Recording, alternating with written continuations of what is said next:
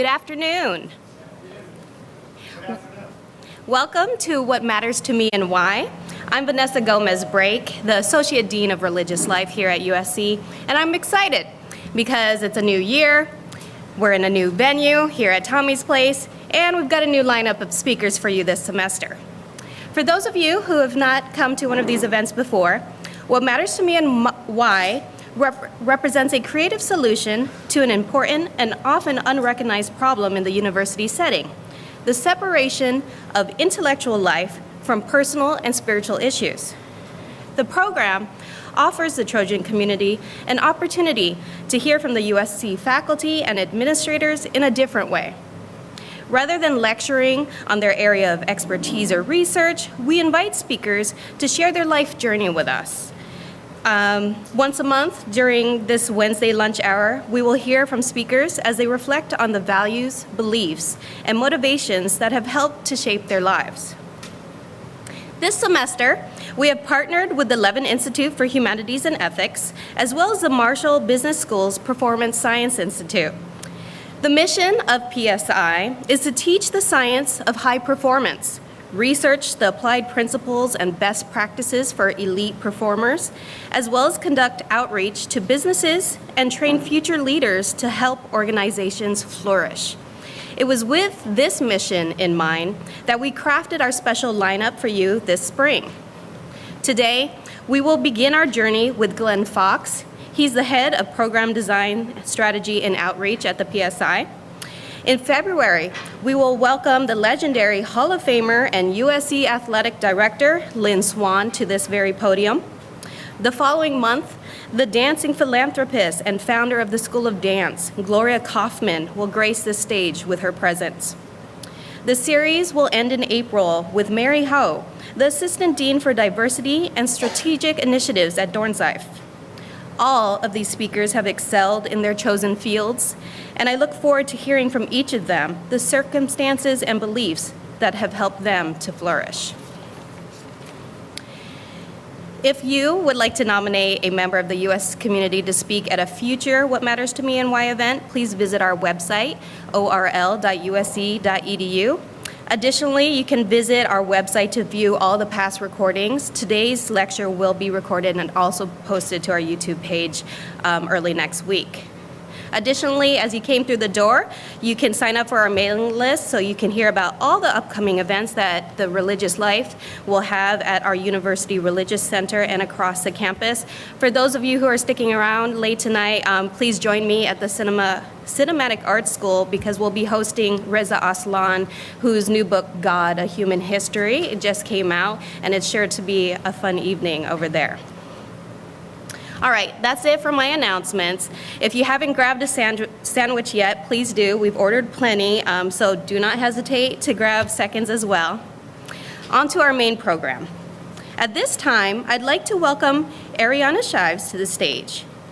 Ariana graduated from USC last year with a BA in Neuroscience. She is now a master's student in social entrepreneurship at the Marshall School of Business, and somehow she finds the time to also be the president of the USC Triathlon team and the project manager of Psi-ML. She is here to tell us what makes Glenn Fox so awesome. Let's welcome Ariana.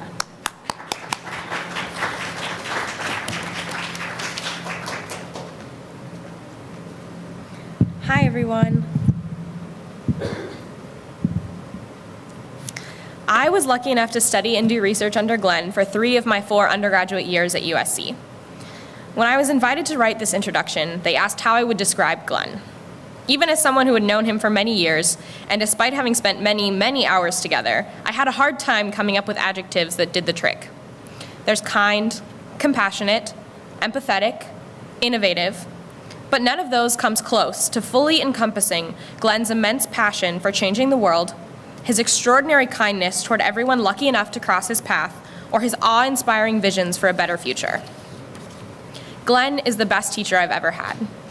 I met him during my sophomore year of college. Glenn was a postdoctoral researcher studying gratitude at USC's Brain and Creativity Institute, and I was a recent transfer to the Neuroscience department with a slightly shaky combination of confidence and complete terror. I applied for a research position in the Brain and Creativity Institute and was placed with Glenn. Over the next 3 years, he taught me the meaning of good research, of good teaching, of polite assertiveness, and, most importantly, how to change the world a little bit at a time. We researched gratitude together, first using a laptop about as old as I was to conduct my first physiological tests, and soon enough, Glenn gave me my own project. He allowed me to take all I had learned and his faith in me and fly. He proceeded to teach me the importance of indelible tenacity, of unending enthusiasm, and of a good laugh every day. During my sophomore and junior years of college, I was at the Brain and Creativity Institute 3 times a week, working on my own project or helping Glenn out with one of his, and it became sort of a home away from home, somewhere I felt completely safe but never tied down. I watched Glenn tackle problems he cared deeply about, treat those around him with kindness and respect, publish papers, and even build his own dining room table from scratch. All the while, I watched and grew and learned, and I knew I wanted to be just like him. Since then, Glenn has co-founded the USC Performance Science Institute. I've been lucky enough to watch him teach a class of 100 students, secure funding for one of his most important ventures, and fly the same way he taught me to. It is my honor to welcome my good friend and mentor, Dr. Glenn Fox.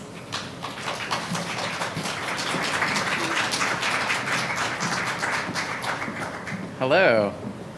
Well, there's nothing like picking your own student to introduce you to warm up everybody. So thank you very much to Ariana. She's a great role model for anybody looking at getting into research and launching a career.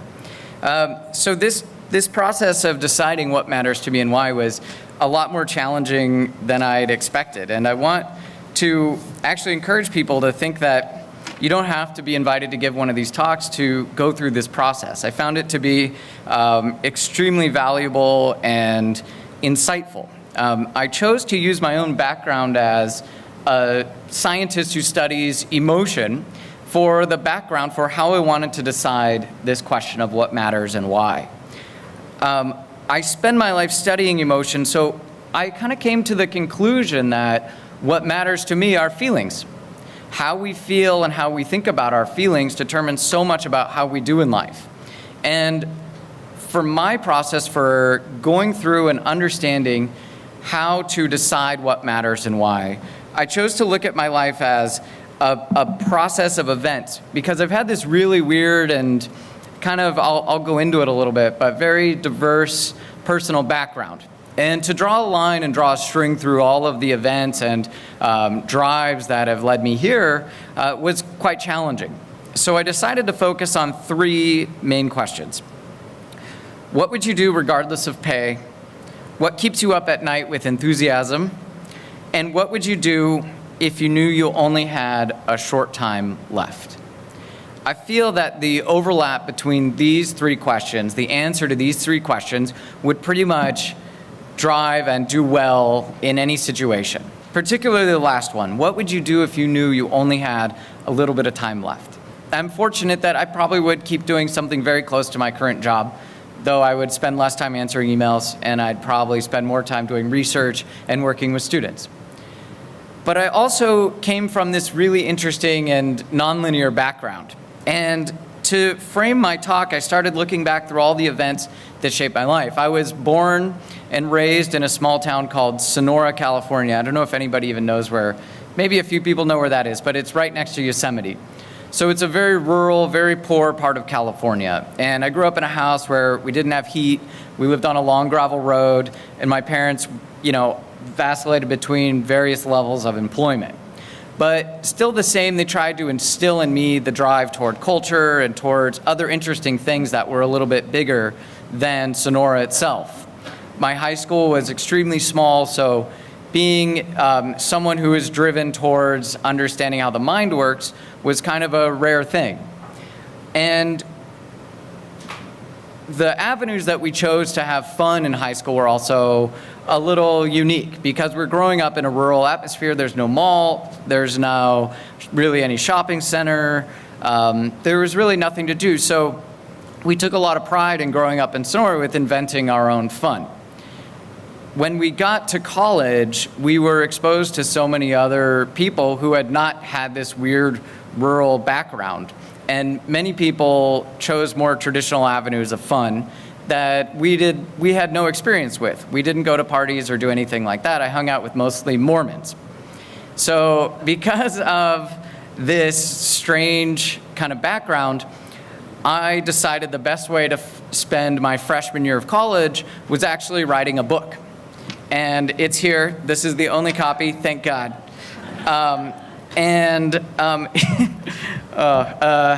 It's called, we had this thing that we thought that we had the corner on fun, and that the world needed to hear about our philosophy for fun, and I especially needed to be the one to tell them. So this book, it's called The Dork Thesis, and it has to do with the way that we owned our dorkiness. We owned it so thoroughly that we thought that this was the way to enlightenment, was to own your own dorkiness so completely that you can't be denied. And that's the thesis of the book itself. Now, as a way of interacting and meeting with more people in your freshman year of college, guess what? Sitting alone in your room writing a book is not very ideal. As I went back in the last couple of days and read this book, so I hadn't really read the book. I hadn't looked at it since, I actually really hadn't looked at it since I finished it probably 15, 20 years ago. And in my mind, I'd always had this vision that, like, yeah, the book is pretty interesting. You know, it's still pretty good. I have a lot of good stories. So for this talk, I went back and thought, well, maybe that will be some clue as to what matters to me and why. And it was partly because the book is so cringe-inducingly bad that I thought, well, I must have learned something from it. So one of the stories from the book involves us going out at night after the homecoming dance and deciding that we should hide out at the spot where all the local kids go to make out and wait for them to show up and then paintball their cars. Now, paintballs don't actually leave damage to the cars. We checked. And we just thought it'd be hilarious, especially if our friends showed up. Now, shouldn't we have been the people trying to be in the car? That's another question. But, or trying to, you know, anyway, but we thought this would be hilarious. So it went sideways, of course, and the cops chased us around for the night. And we had to run and hide in the bushes, and we thought this was like the point of high living. And I read through the story. I'm not going to read it out loud for your own benefit. But when I wrapped the story up, we thought, I mean, this was the pinnacle of our senior year in high school. And I wrapped the story by saying, that evening on the hill, I felt truly alive. In many ways, oh boy. In many ways, I could relate to the criminal that is never caught or is on the run. It is a rush unlike any other. So in case you're wondering if there was some profound insight in this text, maybe a little bit, but it's certainly not from my reflection on these ideas. In fact, what I learned much more was from looking at why I'd want to write this book and why I thought it was so interesting, and actually the drive and the discipline that I had. So in college, I thought that it would be worth my time to spend thinking about how the mind works. And in spite of my kind of feckless attempt at writing a book, I did spend a lot of time meditating and reading and learning about Buddhism. And that actually guided a lot of how my life went. College was a big inflection point for me because in my hometown, I had developed a certain level of celebrity. They filmed Back to the Future 3 in my hometown, and they held open auditions. This was about when I was 7 or 8. And being a local actor in the theater, auditioning for Back to the Future 3 became such a natural thing. It was a thing that would keep me up at night, that I would do no matter what, that I would fantasize about, that I would be there. I would want to be in that place, even if I had a very short time. Even as a 7-year-old, I knew that this was something I really was passionate about doing. So I was cast as an extra, and part of what I learned being an extra was that there was a game at play, and the game was to get on camera as much as possible. So my dad was also cast, and we figured out that if we just ignored all the assistant directors and we just went to wherever the cameras were and we blended in like extras are supposed to do, we would get pulled up for all kinds of opportunities. So if you actually watch Back to the Future 3, you'll see that my dad and I are in about half of the scenes that involve extras. So I also figured out at one point they have us counting down out loud, and I figured out that if I yelled louder than everybody, I would be able to hear my voice on the track. So if you watch the movie and when they're counting down to when they reveal the clock tower, the infamous clock tower, you can hear a little 8-year-old screeching, and that's me. So I'm there. So part of how we did, we figured out that we could get on camera a lot. We figured out that just ignoring all the instructions would really put us where we want to be. And eventually they said, well, this kid is annoying us enough. Let's have him audition for a speaking role. And they told me that no kid from Sonora was ever going to get picked for this. Why waste your time? All the Los Angeles actors are going to grab it. So, but I figured, this is where I wanted to be more than anything. So I went out for it, and I got the part. So if you go on IMDb, you'll find Glenn R. Fox listed as boy with gun. Which I've been called worse things, I guess. And I just realized there's something of a circle to that in that terrible story I told you earlier. So there you have it. But I learned then that, and luckily I had really good parents that would kind of push me to say, you have permission to be here. You can be there when the camera's rolling. Get out there, stick your neck out. It's okay. Just let the other people be timid in the face of pressure. And that stuck with me very early on, but by college I'd kind of lost some of that. And I decided in college that what I wanted to do was actually become a mechanic and a therapist. So I was taking mostly psychology classes. I dropped out of college already once, and I was enrolled at a junior college. And I began taking automotive technology classes and really dedicating myself to learning the art of restoring cars. Growing up in a small town and growing up in a poor family, our cars were broken all the time. So we had to learn how to work on cars for ourselves. We had to learn how to fix thermostats and water pumps and et cetera. And it was something I picked up from my dad and I kind of enjoyed. So in college, I kind of figured well, this answers that question of what keeps me up at night with enthusiasm. What would I do regardless of the pay, and what would I do even if I had a very short time left? So working on cars became a very quick answer to the question of those things. And I figured out that working on cars also had this extremely strong meditative quality. So for those of you who've never sanded Bondo or tuned a carburetor, I'd highly recommend it as a hobby because it really does center you. It requires so much patience and so much work, and it's so frustrating. If you want an easy path to safe failure, working on cars is fantastic.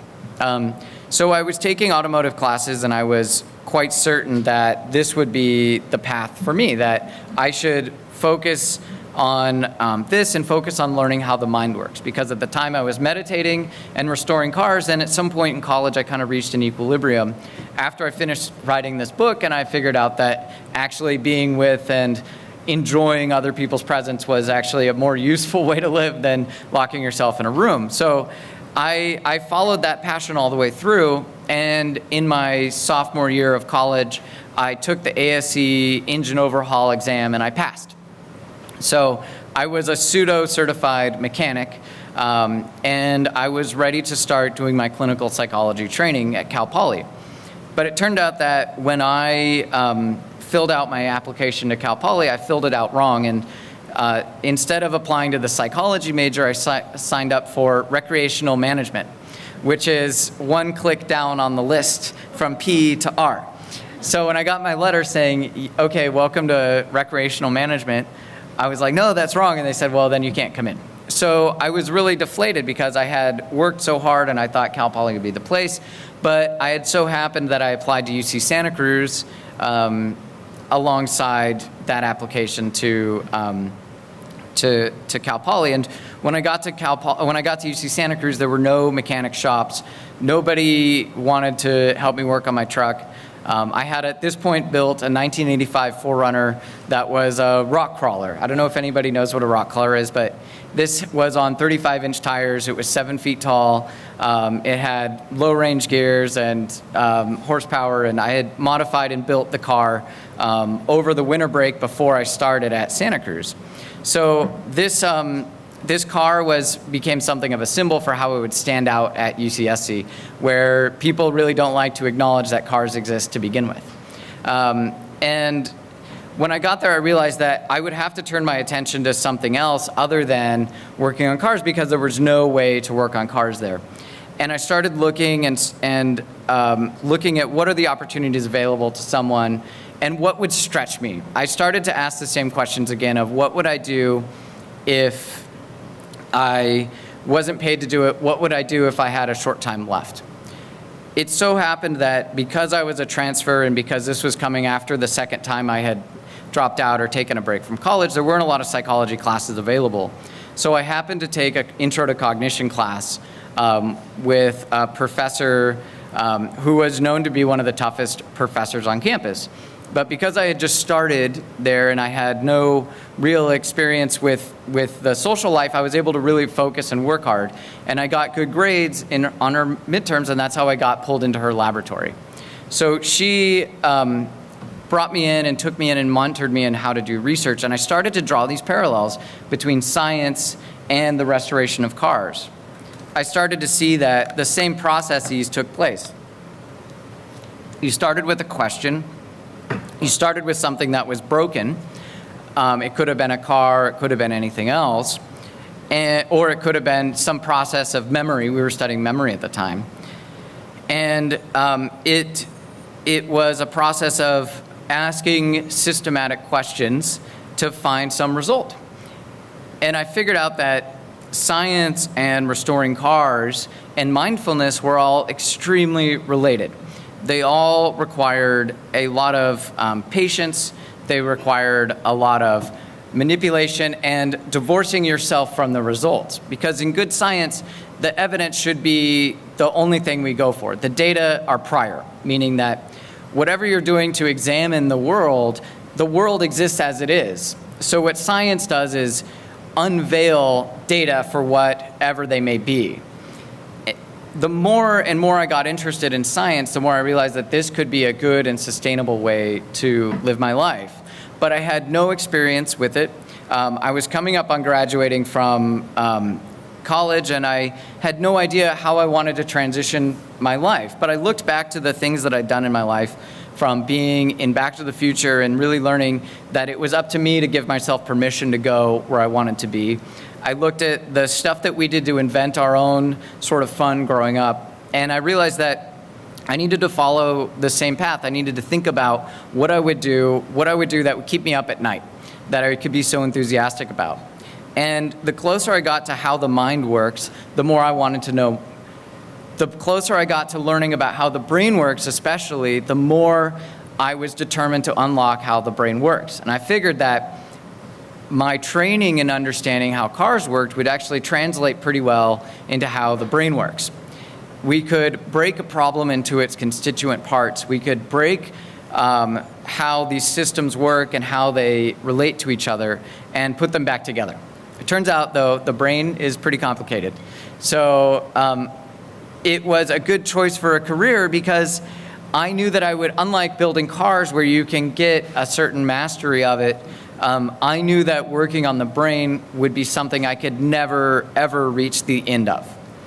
So the issue, though, was that UC Santa Cruz didn't have much in the way of a neuroscience program, and I was graduating, and I had no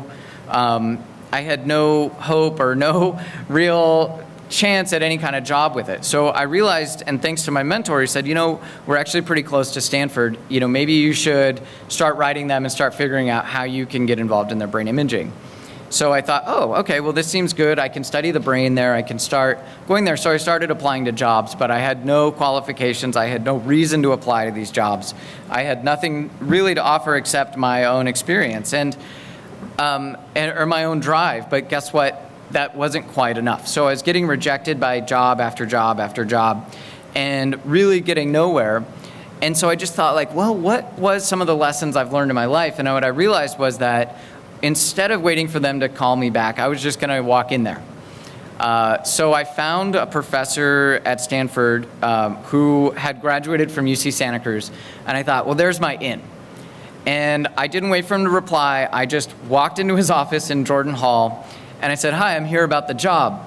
And he looked at me and he's like, what job? And it turned out, so he did some digging, and they figured out that I was, again, nowhere near qualified to start working there, and that they'd actually hired somebody else who was indeed qualified. So I was pretty deflated, but I just said, you know what? I'm just going to start showing up. I'm just going to volunteer.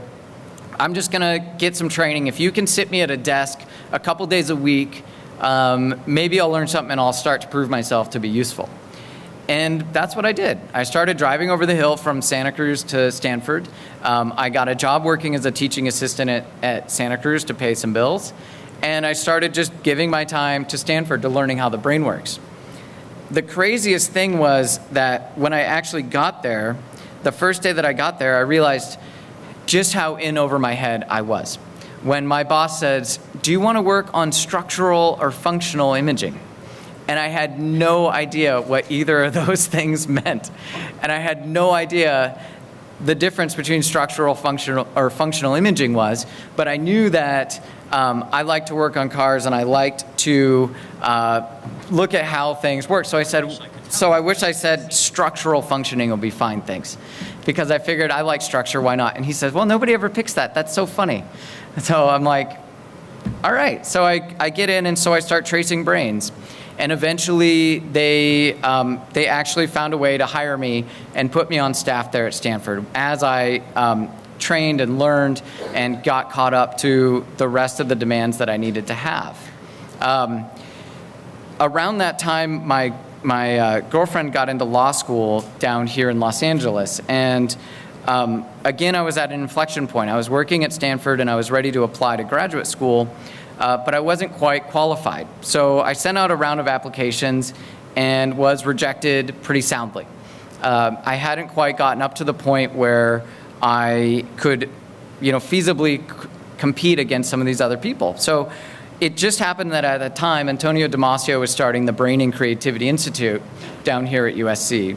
And I thought, well, that sounds like, again, another place where I would go if I had a short time left, if you didn't pay me, and that I would stay up late at night thinking about enthusiastically. A bit of a backstory, when I was in the process of getting rejected from all those graduate schools, I interviewed with a professor at Berkeley. And the first thing that he said when I walked in was, Glenn, people from UC Santa Cruz really aren't built to do research every day.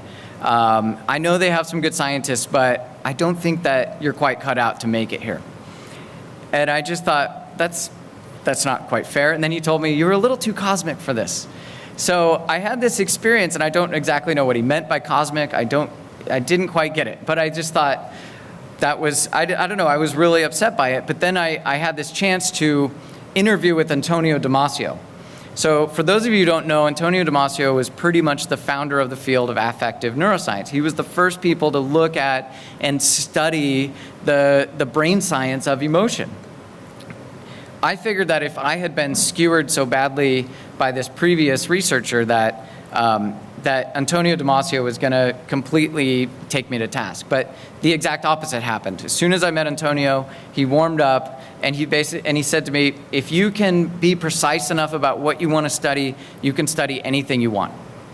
And it was a case, again, of me giving myself permission to be in this place, giving myself permission to be in the place where I wanted to be. And with Antonio, when he asked me what I wanted to study, and I had this idea that studying gratitude could be something really powerful and really important. I had been studying religion and mindfulness and doing all this mental work for the past few years, and one of the things I found as a universal tenet of positive living was gratitude. Gratitude came up all over the place, but when I looked at the science of gratitude, I found that next to nothing had actually been published on it. When I looked at what people had done to see what makes people grateful, how do they behave when they're grateful, I found almost nothing about the science of why gratitude can produce these benefits. Why is it so important? So when I pitched this idea to Antonio, I thought, there's no way he's going to sign up for this because nobody has studied this. I'm starting from a place of not knowing anything, and here is the founder of the field. And of course he said, actually, I think gratitude, I think that will show some promise. I think you should do this. So it really set off a long path, and we started again giving ourselves permission to be where we wanted to be. We gave ourselves permission to study gratitude, and I started the path. It took 7 years, and eventually we were the first people to study and publish the neural correlates of gratitude. In so doing, we're able to connect something about how gratitude's powerful health benefits actually work. How does gratitude lead to these important benefits for our daily lives and workplaces? Along with very talented undergraduates like Ariana, we're able to do a really full-scale investigation ranging from how the heart behaves under gratitude to how the brain behaves and everything in between. So we found that gratitude is this broad and relaxing and enriching emotion. And I was extremely excited that I'd given myself the permission to be where I wanted to be, to study gratitude, to do what I wanted to do, and to do it in one of the most interesting and dynamic laboratories on the planet. Then another funny thing happened. We had another inflection point. I was finishing graduate school, and I was looking at a range of postdocs and other things I could do with my career, but again, I didn't feel like academia was quite working the way that I thought it was. I looked at many scientists' work, and I looked at their trajectory for how they got where they are, and I just thought, at the end of many scientists' careers, it's so rare that people take the science and translate that into their day-to-day lives. So much amazing science is sitting collecting dust on bookshelves, and it's not being applied, it's not being translated. And as a more broad critique of academia in general, I would say that many people are very content with the system. They're very content publishing work that I don't think can translate into helping people every day. And even my work on gratitude, I still have trouble framing, apart from saying that, hey, it turns out gratitude is this really powerful emotion. I have a hard time saying, this is what you should do. This is how you should apply my exact finding to your life. We were fortunate enough to partner with the Shoah Foundation. For those of you who aren't familiar with the Shoah Foundation, they are the world's largest repository of videotaped Holocaust survivor testimony. And we use these stories from the Holocaust to induce feelings of gratitude in people. So the best I can say from my research was that, it's much more of a humanistic message that these stories of ultimate tragedy and suffering still contained elements of gratitude. So insofar as our day-to-day life, if we look at these stories, we can draw that, and we can draw parallels to what we can do every day to feel more grateful, for sure. But I was still not quite happy with how my results, how my research would help people. I felt that I wasn't resolving any decision. I think people know well enough that should you be grateful or not grateful, it's clear we should be grateful. But I wasn't content that I was helping people resolve or answer that question.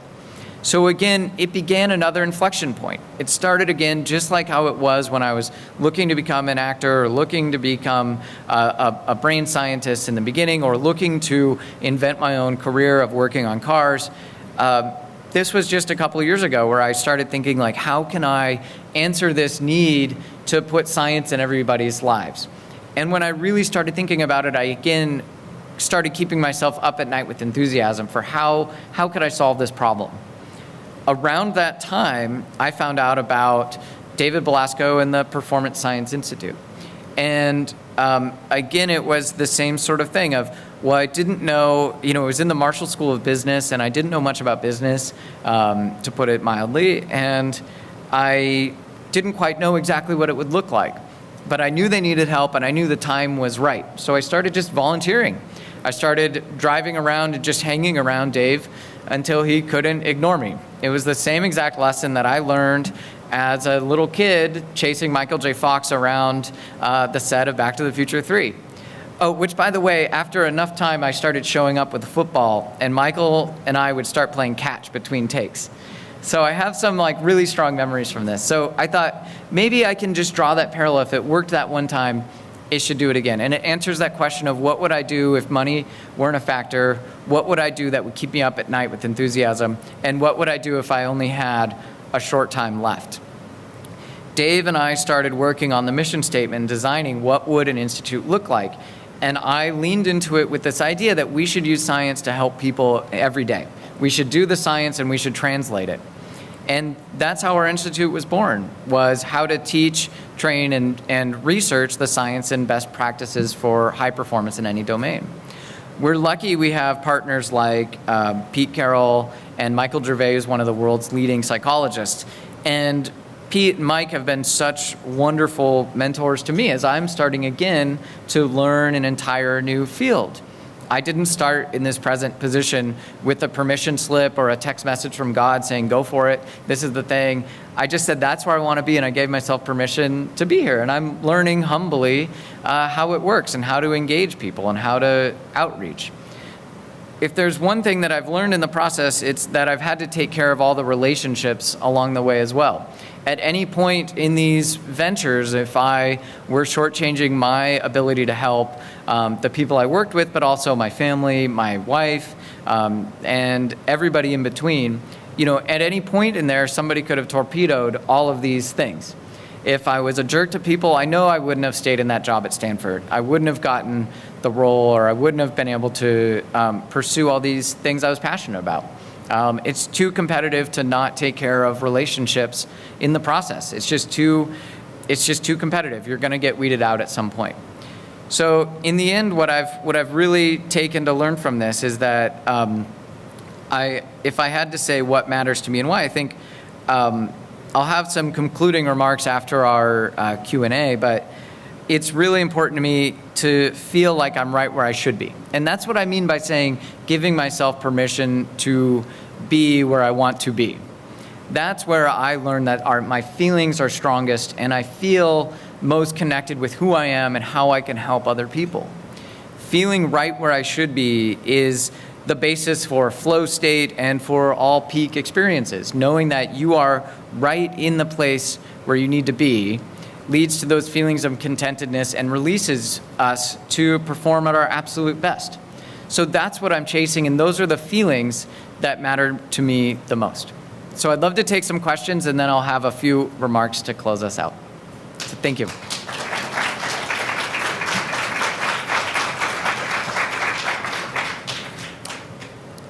And you have to forgive me, I can't see very well into the audience with the lights. So if we have somebody with the microphone somewhere and we can get, let's see, I'll let you curate the question somehow because I don't see the audience very well.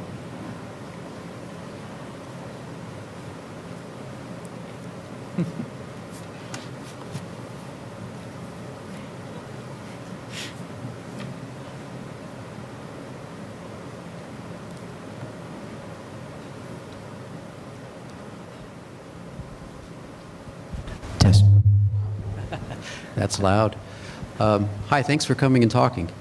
I have a question about what you just said, basically about relationships along the way and how important it is to take care of them in a competitive atmosphere. Otherwise, you said something that I couldn't understand afterwards, but it'll get something out of you. You said something like that.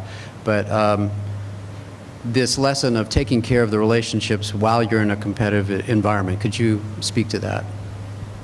Yeah, thanks. That's a really great question. So there's a balance, in all things. And when we study mindset and we study competitive philosophy, it's such a balance between advancing your own goals and lifting the other people along the way. What you'll see in the real high performers is that they don't feel good unless they're doing both things. They don't feel good unless their striving lifts other people. The people we look to the most as some of the pillars of moral behavior, they do this so skillfully you kind of forget that both of these needs are being met. The thing is that at scale, too, when you're starting to impact so many lives, any kind of misgiving about how you treat people can really operate at scale as well. So it's kind of a two-edged sword that the better you treat people, the better that's going to scale. The worse you treat people, the worse it's going to scale. I find that, coming from a place of compassion first, understanding basic human dignity, if I had to put a finger and predict what my next big research project would be, it would probably be to study the process of understanding dignity in others. When we see ourselves and other people, as the Buddhists recommend we do, when we see that we are just a reflection of others and they are a reflection of us, it draws us into these connections. So you can't help but deny your drive to be compassionate and to be nice. I think in a competitive environment, too, you can't do it alone. You just can't. It's simply impossible. You can also be, you can be someone who's very driven and not ruin your relationships either. You look at, famous NFL coaches like Bill Belichick, who's very successful and a very driven and probably a fairly mean person in a way, but you know where you stand with him at least. And I don't think he's, burning bridges left and right. I just don't think you can lift like that. And I wouldn't want to, even if you could. So I think if you take care of relationships, everything else will also kind of take care of itself. People will look for opportunities. That's certainly been the case for me. When I was trying to get into Antonio's office, it was my mentor's mentor that emailed him and said, hey, meet with this kid. And that wouldn't have happened if I had left something undone or if I had tried to shortcut my relationship with my mentor or anybody else. So there's an end and a means to it as well, that treating people well should just feel good as well. It's hard to talk somebody into it if they're just not willing to do it in the first place. But when you do it, it just unlocks everything, and it just feels better. It's just so much better. So I don't know. I don't have a real concrete answer, but does that address it at all? Yeah.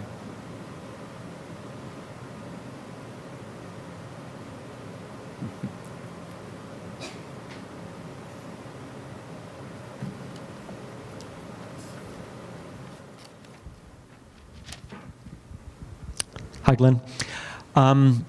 Maybe a related question. So you have the research that you've done in gratitude, and then you have the anecdotal side, growing up, just hearing, oh, you should be grateful for this or that.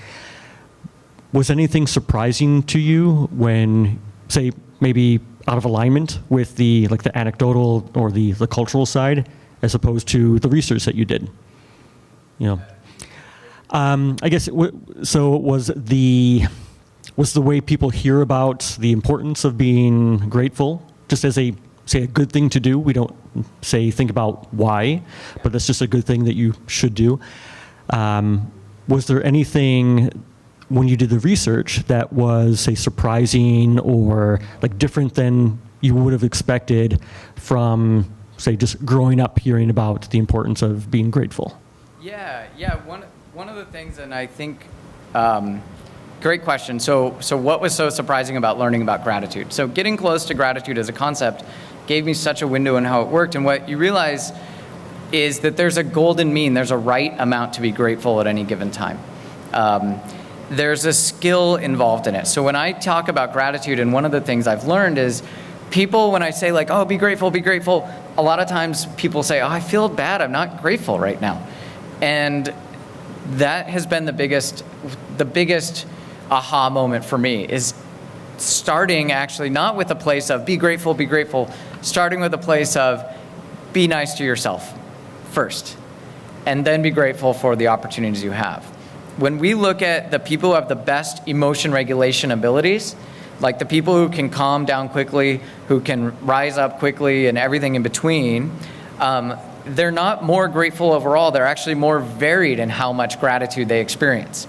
So the people with the most skilled ability to regulate and understand emotion aren't being more grateful. They don't fall over backwards when you hold a door for them. They actually are appropriately grateful given the context of the gift itself. So they can upregulate and downregulate appropriately. And that's where the skill of gratitude comes into play. Just like any other skill, working on a car or anything, sometimes you have to have the big hammer, sometimes you have the small hammer. You have to have the right level for the right time. For most of us, that probably is a little bit more gratitude at any given moment. But it's not always on feeling bad if you're not grateful, forcing it, because sometimes you can feel worse. So that's been the most surprising thing, and it's the thing that I'm trying to advocate for really strongly going forward, is don't ever beat yourself up about not being grateful. Start with self-love and build from there. And it's a much easier process to build gratitude once you've accepted and shown yourself some care.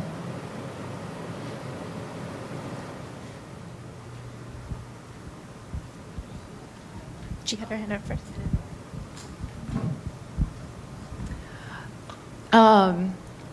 So this was, I guess, your last point about finding your flow state, and if you're in the right place, it's easier to reach that, I guess, in the zone, whatever you're doing.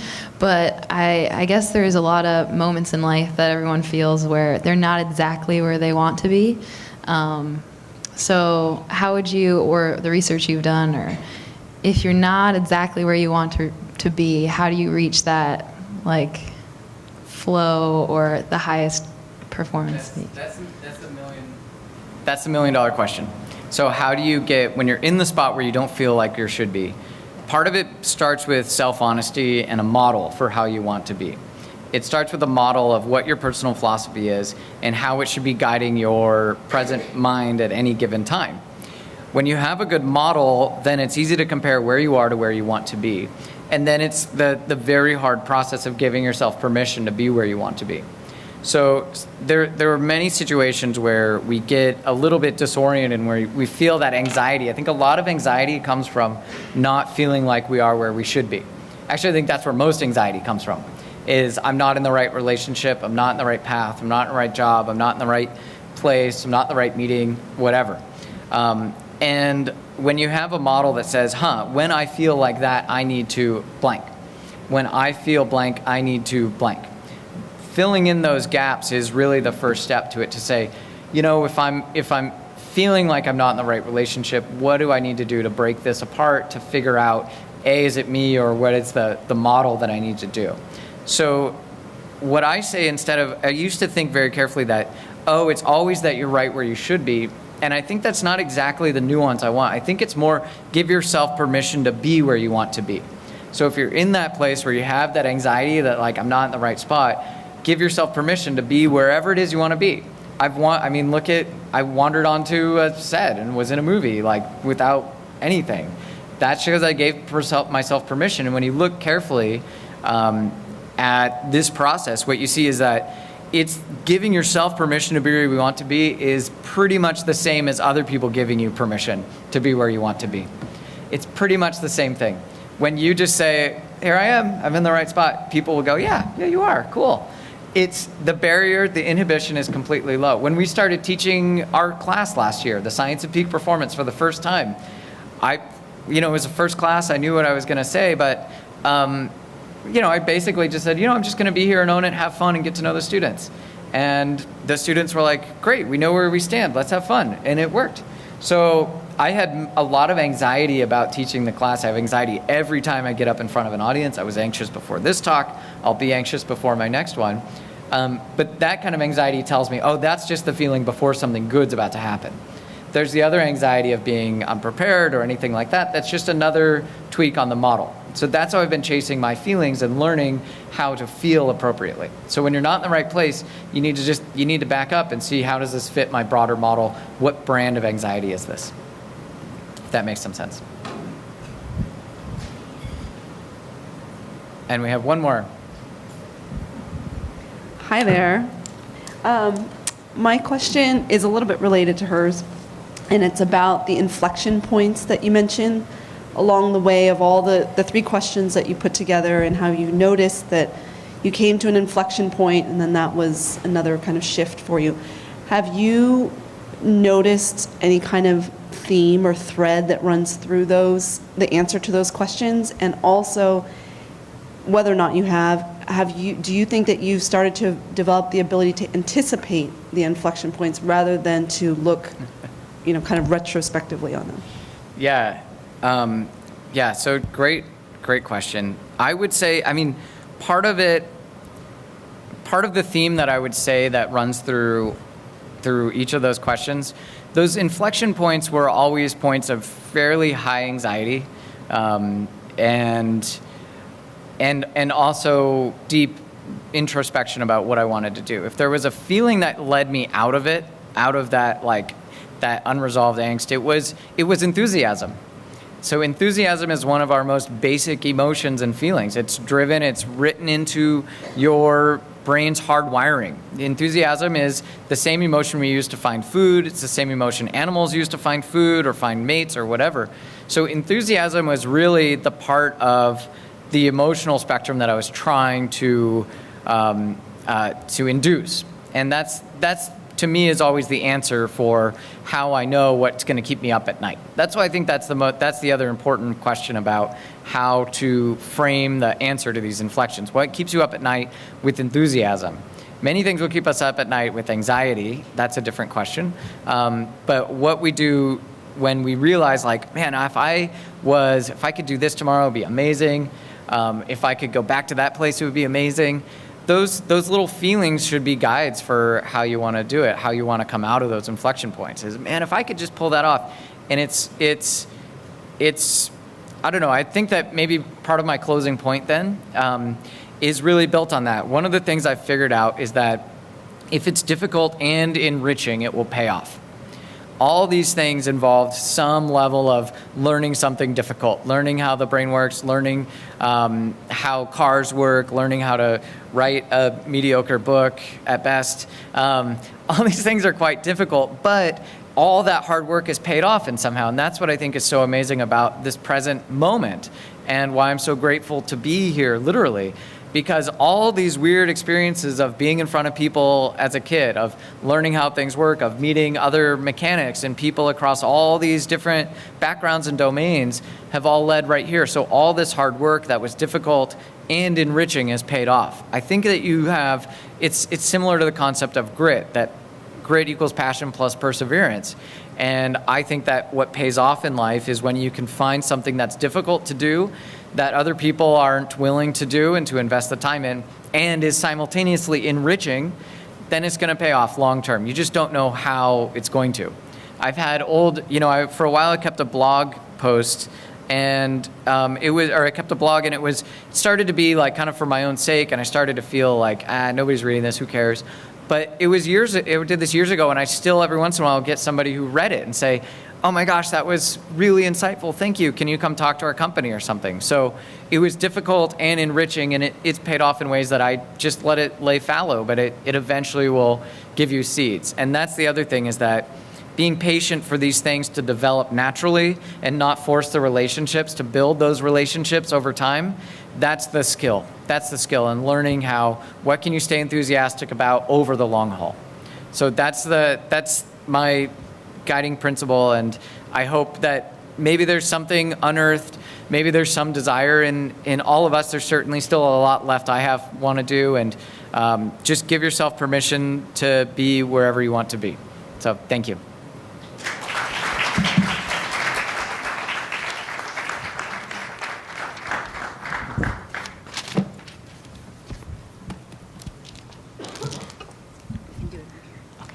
Thank you very much, Glenn, for coming and for sharing with us. We have a journal for you to continue writing what matters to you and why, or maybe a new book. Wonderful. Thank you.